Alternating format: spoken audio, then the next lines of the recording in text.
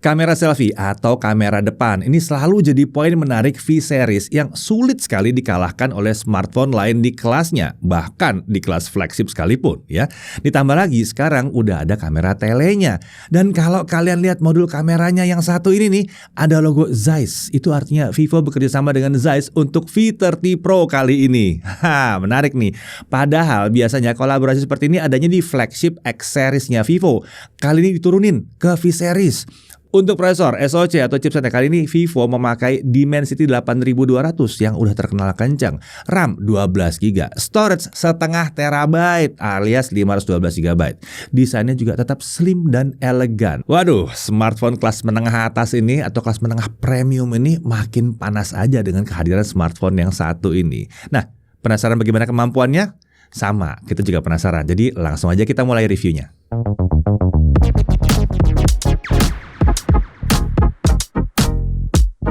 Vivo V30 Pro, jujur aja kami agak bingung dengan penamaan produk di Vivo ini. Terakhir itu ada V di seri Pro itu adanya di V25 Pro ya.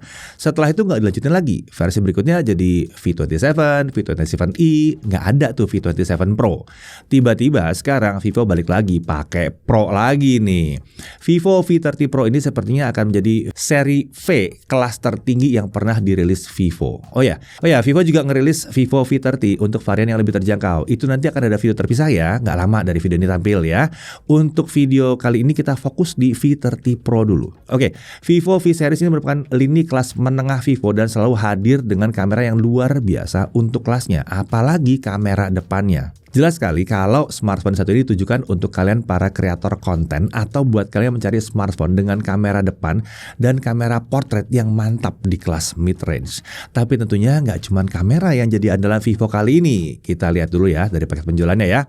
Tentunya di sini ada unitnya dan screen protector yang udah terpasang langsung.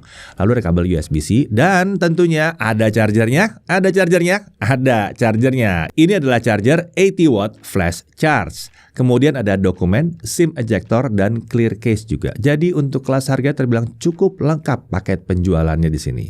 Nah, dari segi desain, Vivo tetap mempertahankan 3D curve design yang dimana sisi layar maupun back covernya melengkung. Ini keren nih. Digenggam pun terasa tipis dan ringan. Dimensinya 164,36 x 75,1 x 7,45 mm dan bobotnya kurang lebih 188 gram. Untuk varian warnanya ada hitam vulkanik dan hijau khatulistiwa. Back covernya terbuat dari kaca untuk semua varian, tapi spesial untuk yang hijau khatulistiwa, back covernya ini bisa berubah-berubah warna kalau kena sinar matahari atau sinar UV. Vivo menyebutnya sebagai color changing fluoride AG glass. Ini udah sering dipakai Vivo sejak Vivo V-Series sebelum-sebelumnya ya. Desain seperti ini tidak hanya cantik tapi juga fungsional karena dengan finishing seperti ini, sidik jari atau minyak itu nggak mudah nempel. Bodinya juga udah disertifikasi IP rating IP54 water and dust resistance. Jadi udah terbilang tahan debu dan tahan air. Tapi ingat ya, level ketahanannya ini untuk cipratan atau mungkin kena hujan-hujan lah masih oke. Jangan ditenggelamkan ke dalam air. Di sisi kanan kita lihat ini adalah tombol power dan tombol volume up and down. Di atas ada mikrofon, di kiri ini kosong. Di bawah ada SIM tray dual SIM, jadi nggak ada slot micro SD-nya ya. Tapi ini udah setengah tera, udah 512GB, jadi harusnya udah cukup lah ya. Di sebelah slot SIM ini ada mikrofon, lalu ada USB-C 2.0 dan ada grill speaker. Nih sayangnya, lagi-lagi seri V-nya ini masih mono speakernya. Meskipun suaranya sebenarnya nggak buruk-buruk amat, tapi di kelas harganya nih harapan kami stereo speaker udah jadi sebuah standar sih. Oke, di sisi depan kita lihat ini adalah layarnya, ukurannya 6,78 inci, resolusinya 1,5K, 2800 x 1260 pixel. Jadi ini udah di atas Full HD Plus ya, tinggi nih. Refresh rate-nya up to 120 Hz. Dari pantauan kami sejauh ini adaptive refresh rate-nya itu baru bisa turun sampai 60 Hz ya. Pengaturan refresh rate-nya per aplikasi itu ada juga di sini. Touch sampling rate-nya nggak disebutin berapa Hz, tapi dari pengalaman kami kalau kita mainin game di sini nggak ada masalah delay pas ngetik atau dipakai main game. Itu masih lancar-lancar aja untuk ngetap maupun untuk swipe. Nah, untuk layar sentuhnya ini juga ada support 10 jari sekaligus. Layarnya juga udah pakai sertifikasi SGS Eye Protection Certification, jadi lebih aman untuk mata. Brightness ini diklaim bisa nyampe 2800 nits untuk peak local brightness. Jadi ini sebetulnya untuk titik kecil ya, bukan untuk seluruh layarnya ya. Nah, kalau kami coba maksimum brightness-nya itu kami dapat di kisaran 515 nits untuk indoor dan untuk simulasi outdoor kita bisa mendapatkan 1000 nits dengan mudah. Kalau mau dapetin di atas 2000 nits itu biasanya butuh skenario khusus ya. Ya, jadi kita nggak mendapatkannya di sini. Lalu terkait warna layar, di sini terdapat berbagai mode warna. Ada mode bright, pro, dan standar. Kalau kalian mencari profil warna yang cocok untuk edit konten, ada di mode Pro tentunya. Mode warna sisanya itu lebih pas untuk nonton film atau main game karena warnanya gonjreng banget di situ. Nah, karena ini layar AMOLED, di sini juga terdapat fitur Always On Display dan menariknya kita bisa atur AOD-nya ini untuk nyala terus, bukan cuma 10 detikan ya. Ngomongin bezel layar, ini udah terhitung sangat tipis. Memang belum bisa dibilang yang super simetris karena bagian dagunya masih sedikit lebih tebal, katanya Chris. Kata saya sih baik-baik aja ya. Jadi ini bukan hal yang perlu diprotes sebenarnya ya, udah tipis banget kok ya. Di sisi layarnya ini ada in-display fingerprint scanner. Kalau Vivo menyebutnya sebagai Screen Touch ID. Fitur ini berfungsi dengan baik dan juga proses unlocknya cukup cepat di sini ya. Lanjut kita ke atas layarnya. Terdapat earpiece untuk nelpon dan kamera selfie 50 megapiksel AF Group Photo f2.0, field of view-nya 92 derajat. Dan sesuai namanya, kamera selfie ini autofocus. Sebuah fitur yang langka ada di smartphone brand lain. Sejauh ini fitur ini juga merupakan salah satu identitas dari Vivo V Series. Perekaman videonya itu nyampe 4K 60 fps. Lagi-lagi ini fitur yang langka. Bahkan beberapa flagship itu belum bisa ya.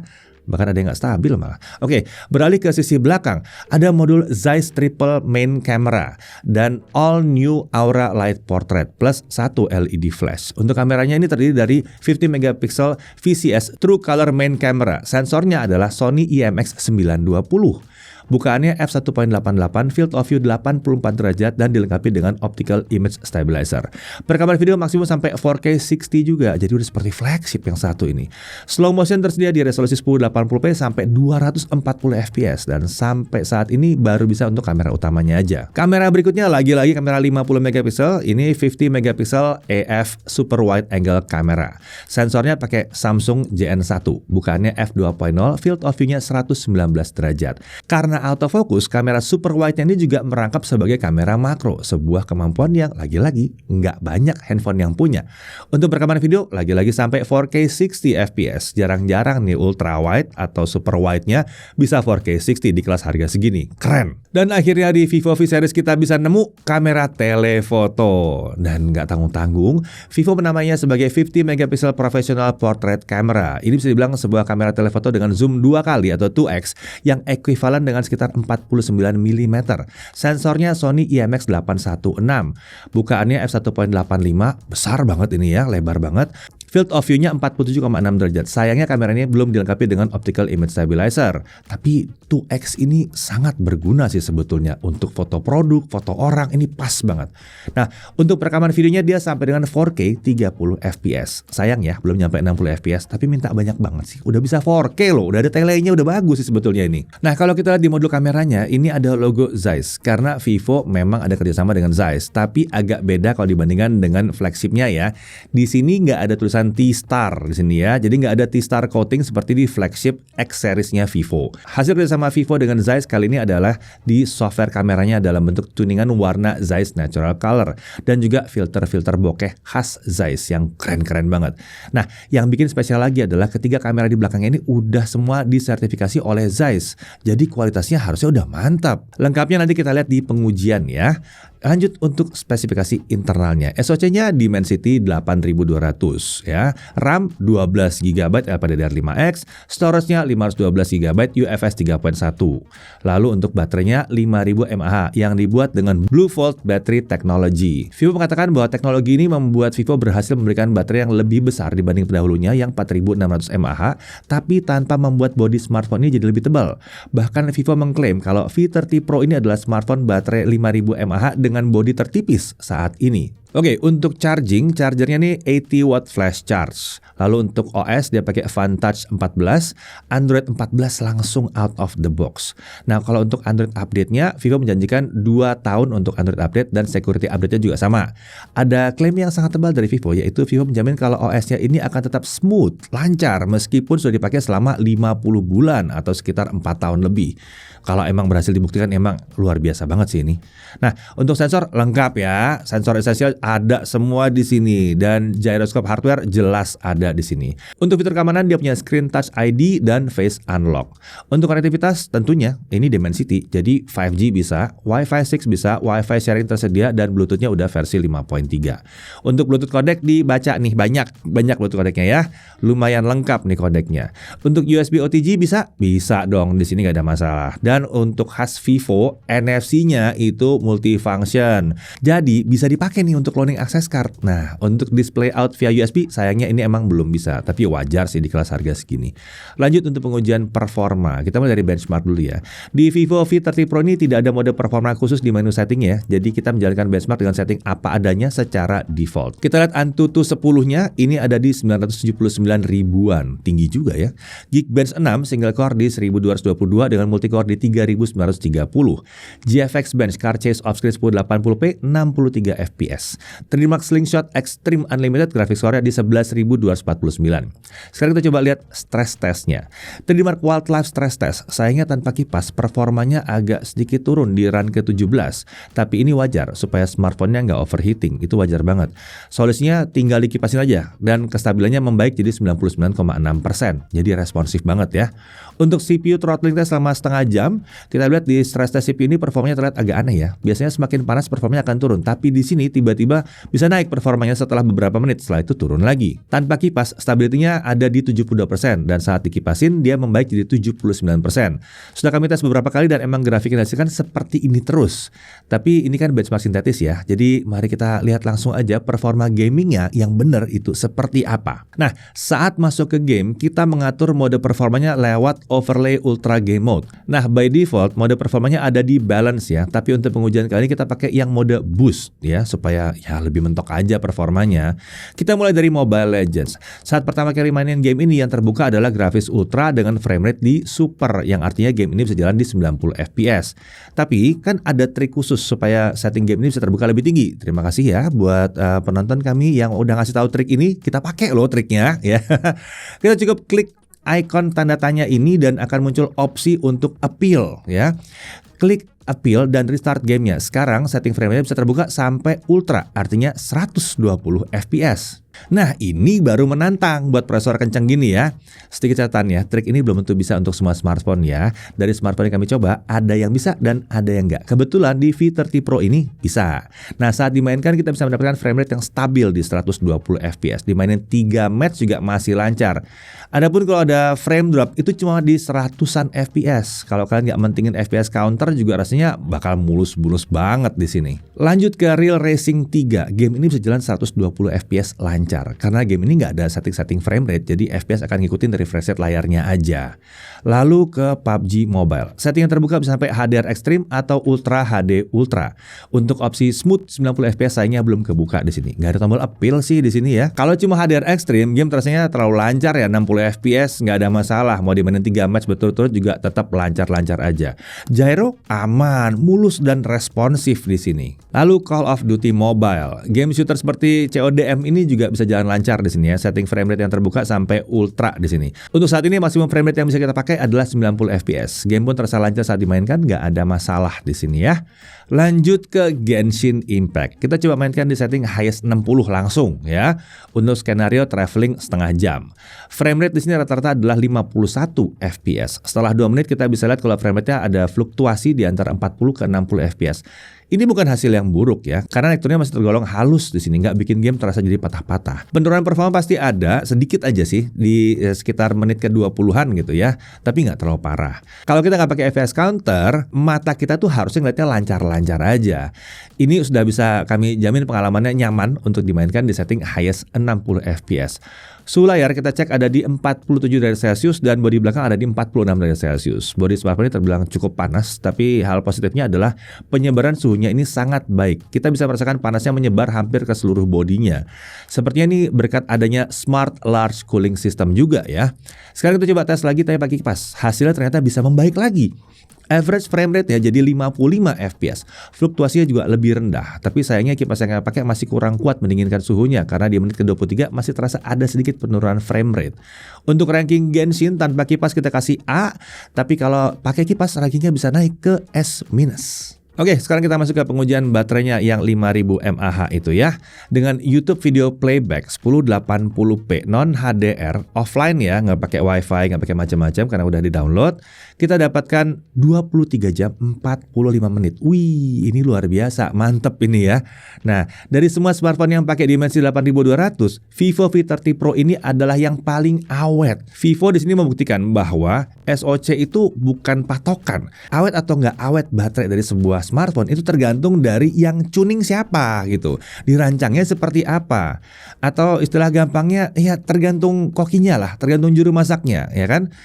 Nggak semua masakan kalau bahannya sama rasanya hasilnya akan sama. Lanjut, kalau pengujian TikTok selama 30 menit baterai turun 4%. Genshin Impact 30 menit di highest 60 fps baterai turun 17%. Genshin Impact selama 30 menit highest 60 fps tapi dikipasin baterai akan turun 19%. Ini wajar ya karena frame rate-nya kan lebih tinggi. Ya memang di sini kalau game berat baterai terasa lumayan boros tapi setimpalah dengan performa yang ditawarkan di sini ya. Nah, untuk charging kita pakai 80 watt Vivo Flash Charge. Dari 0 sampai 50% membutuhkan waktu 21 menit. Sementara dari 0 sampai full itu butuh waktu 45 menit. Ini charging yang terhitung cukup kencang di kelas harganya. Nah, kita lanjut ke pengujian kamera tapi seperti biasa bareng sama Chris ya. Oke, di tangan saya kali ini sudah ada Vivo V30 Pro nih teman-teman. Jadi langsung aja kita lihat kemampuan kamera seperti apa. Nah, yang lagi kalian lihat sekarang adalah video dari kamera selfie-nya. Saya rekam di resolusi Full HD 30 fps dulu. Dia bisa lebih dari itu sih, cuma ntar kita tes belakangan ya. Dan suara yang teman-teman dengar sekarang juga suara langsung dari mikrofon smartphone-nya. Saya nggak pakai mikrofon eksternal di sini. Jadi untuk kebutuhan video sehari-hari atau mungkin vlogging, kualitas suaranya kalau lebih akan jadi seperti ini. Menariknya saat kita merekam video, di kiri atas ini ada fitur voice enhancement. Jadi kalau kita nyalain fiturnya, dia bisa lebih meredam noise di sekitar ya. Kalau seperti teman-teman dengar nih, suara yang kalian dengar suara vokal saya doang kan, suara angin, suara sekitar itu jadi nggak kedengeran. Cuman memang fitur ini membuat suara kita jadi agak kurang natural ya, jadi disesuaikan dengan kebutuhan aja. Ini saya kasih coba denger lagi deh. Ini fitur voice enhancement-nya dinyalakan. Ini fitur voice enhancement-nya dimatikan, by default jadi mati. Suaranya kalau lebih seperti ini. Udah bisa kedengeran kan ya teman-teman, bedanya seperti apa? Oke, lanjut ngomongin kamera depannya. Pertama, saya mau cek stabilisasinya dulu. Secara default, videonya ini kurang stabil ya. Untuk mendapatkan video yang lebih stabil, kita harus aktifkan dulu fitur steady phase-nya. Saat fitur ini diaktifkan, videonya jadi lebih nge-crop sedikit, tapi stabilisasinya jadi lebih beres. Harusnya fitur kayak begini aktif secara default ya, supaya pengguna lebih dimudahkan. Sedikit catatan, stabilisasinya ini hanya berfungsi untuk 1080p 30 fps aja ya.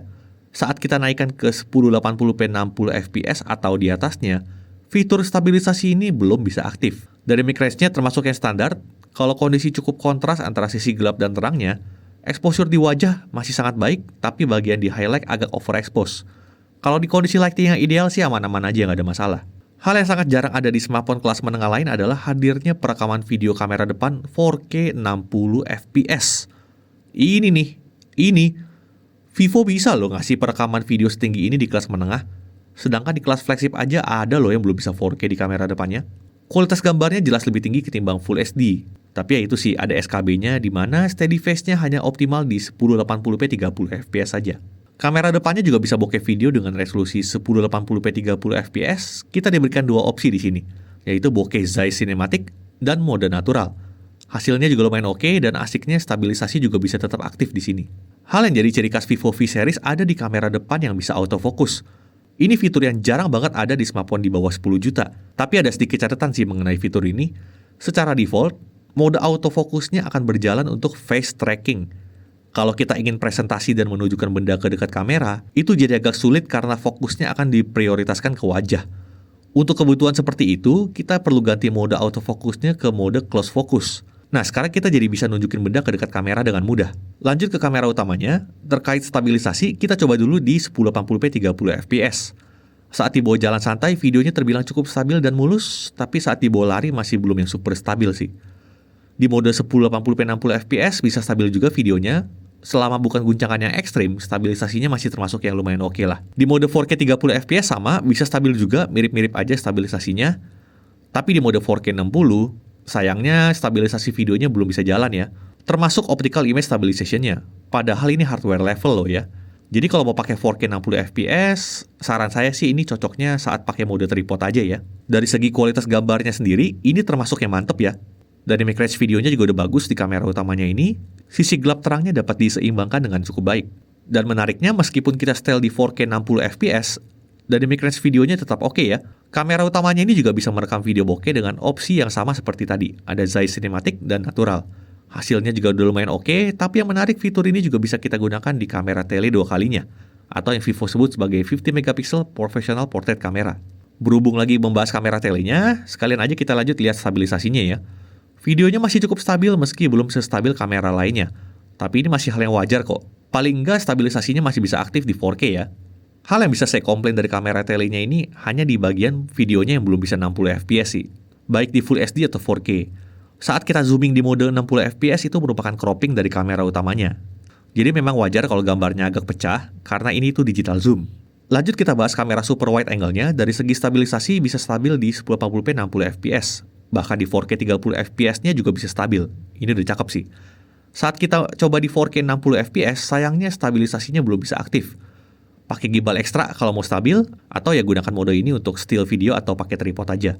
Nggak bisa banyak protes juga sih, karena kemampuan kamera super wide angle yang bisa 4K 60 kayak begini, itu terbilang sangat langka ada di smartphone selain flagship.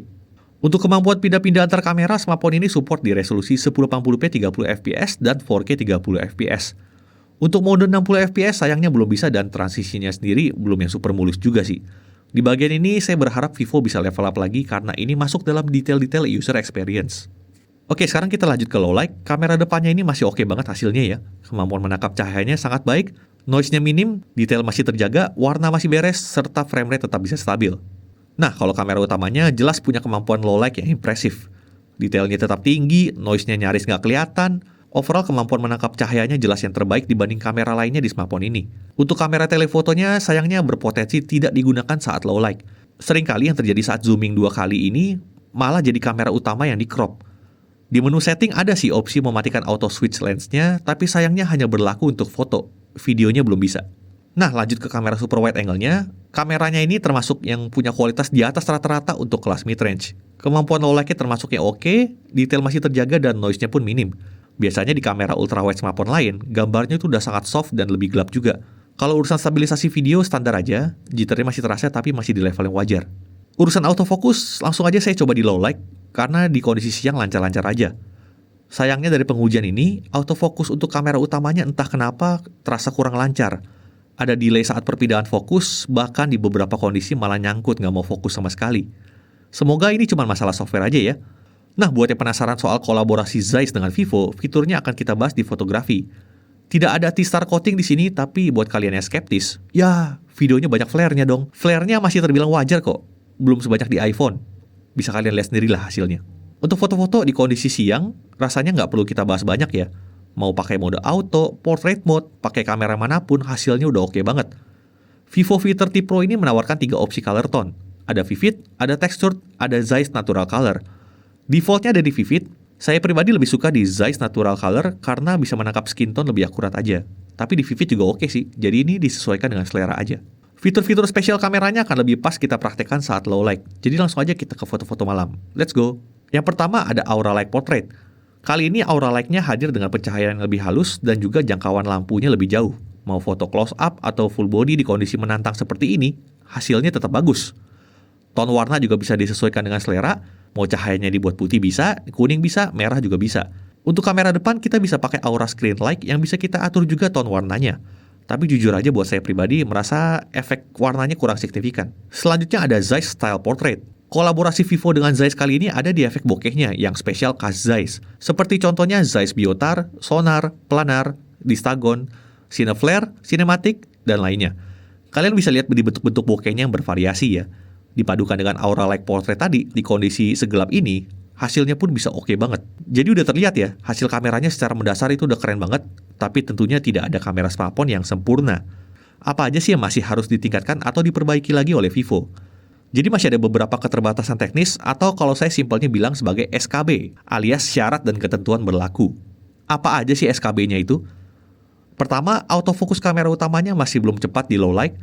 Kemudian kamera depan 1080p 60, 4K 30, 4K 60 belum bisa stabil. Kamera tele belum bisa 60 fps. Kamera utama dan super wide angle-nya memang bisa 4K 60, tapi stabilizernya belum bisa aktif. Kemudian belum bisa pindah-pindah kamera di 1080p 60 fps. Lalu EIS preview di mode 2 kali itu hanya untuk mode auto. Saat mode portrait dan ingin kita pakai kamera 2 kalinya, itu akan terasa agak sulit karena mudah goyang. Kemudian untuk fitur auto switch lensnya baru bisa kita matikan untuk mode foto aja. Harusnya ini bisa diaplikasikan ke video juga. Lalu belum ada promote untuk video, baru untuk foto aja. Nah, kalau untuk pengguna umum yang hanya butuh foto asal jepret bagus, atau videografi yang basic, smartphone ini sudah sangat mencukupi. Tapi untuk kelas harganya, saya sedikit berharap developer software kamera Vivo bisa lebih matang dari ini. Apalagi jika mau bersaing di kelas harga yang sudah mendekati flagship terjangkau.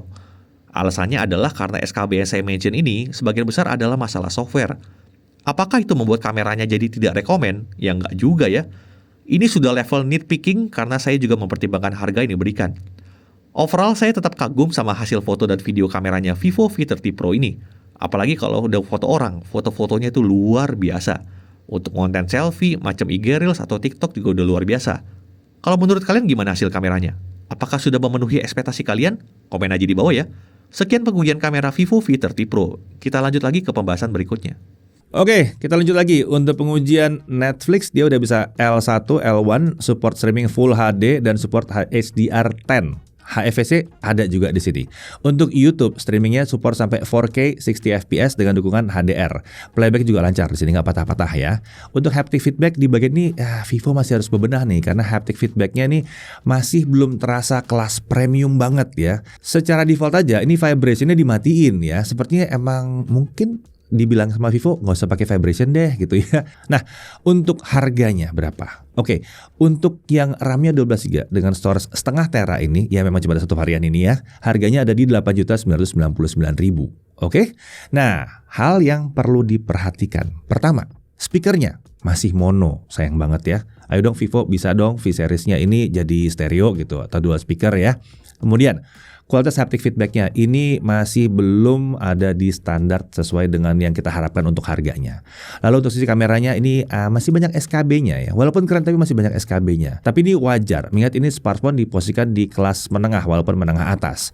Ya kalau semuanya optimal ya malah mungkin ini harusnya disebut sebagai flagship jadinya ntar ya. Lanjut, untuk update OS kita sedikit berharap bahwa ini lebih dari 2 tahun.